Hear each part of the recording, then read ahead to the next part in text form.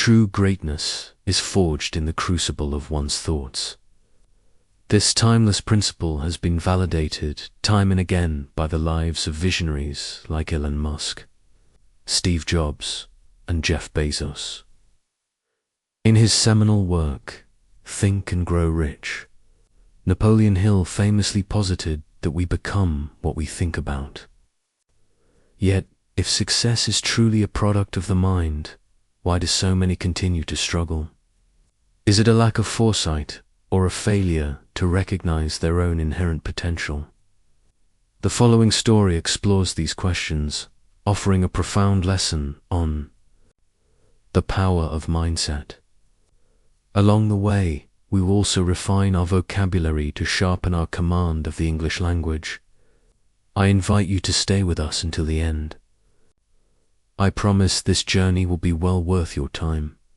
Once, amidst the cacophony of a bustling railway station, lived a beggar. He spent his days at the mercy of the crowd, surviving on the meager alms offered by passengers waiting for their trains.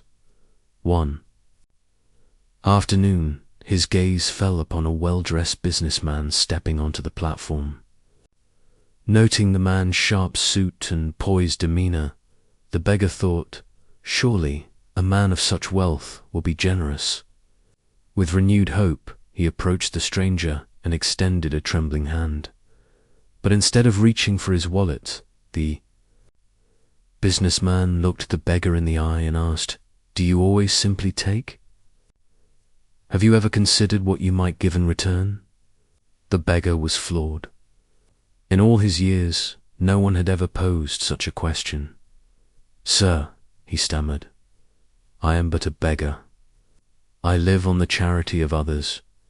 I have nothing of value to give."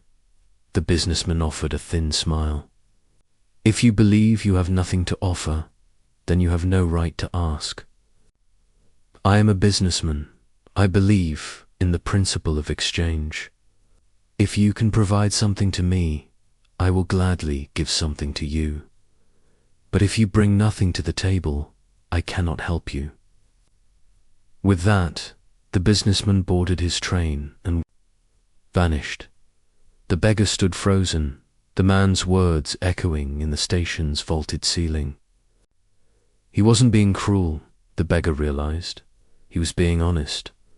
For the first time, he understood the transaction of human interaction. People rarely gave him much because he offered no value in return. That night, sleep eluded him as the businessman's ultimatum played on a loop. If you want to receive, you must first give. 2 days passed in quiet contemplation. On the third day, while sitting near the tracks, his eyes caught a splash of color, wildflowers blooming in the dirt. A spark ignited in his mind. What if I offer a gift? What if I give a flower to everyone who offers me alms? He gathered a small bouquet and returned to his post. When a passenger dropped a coin into his hand, the beggar smiled and offered a vibrant blossom. The reaction was immediate. People didn't just accept the flowers, they lit up. They thanked him. As the weeks went by, a transformation occurred. When he had flowers to trade, donations increased significantly. When he ran out, the generosity of the crowd waned. The lesson was clear. People cherish the feeling of a fair exchange. One day, the beggar spotted the same businessman through a train window. He rushed over, excitement coloring his voice. "Sir, today I have something for you.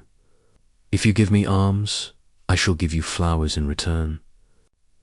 The businessman smiled, exchanged some cash for a few stems, and said, "You have finally grasped the essence of value. Today, you are no longer a beggar. You've become a businessman." As the train pulled away, a new thought took root in the man's heart. Am I truly a businessman? He pondered this until the epiphany struck. I am a trader. People aren't giving out of pity. They are purchasing my goods. This is a business. That afternoon, he walked out of the station and never looked back. 6 months later, at that very same station, two well-dressed men crossed paths.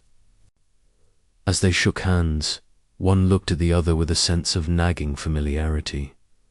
"Do I know you?" he asked. The other man grinned. "We've met twice before, right here on this platform." The first man's eyes widened as the memory clicked into place. "Wait, you're the man from the tracks? The one who sold me the flowers?" The former beggar laughed heartily. "Indeed, but today I am no longer selling flowers on a platform. I run a successful floral enterprise, and I'm traveling today to expand my operations." The businessman was stunned. "That is remarkable. What was the turning point?" "You taught me the greatest truth of all," the florist replied. "We only receive when we give." That day, I realized I was never a beggar by nature, only by choice. I just had to see myself differently. The two men shook hands again, not as benefactor and supplicant, but as equals, before boarding their respective trains toward their futures. Our lives are sculpted by our self-perception. If you view yourself as small, your world will remain narrow. But if you acknowledge your inner potential, you unlock the door to greatness. Do not impose limits on your spirit. View yourself as capable, strong, and successful, because when your thoughts shift, your entire reality follows suit. If this story resonates with you, please like and share it with your friends. And don't forget to subscribe to our channel for more inspiring tales.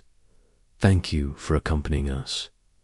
We look forward to seeing you in the next story with fresh insights and new lessons. Until then, stay well and stay peaceful.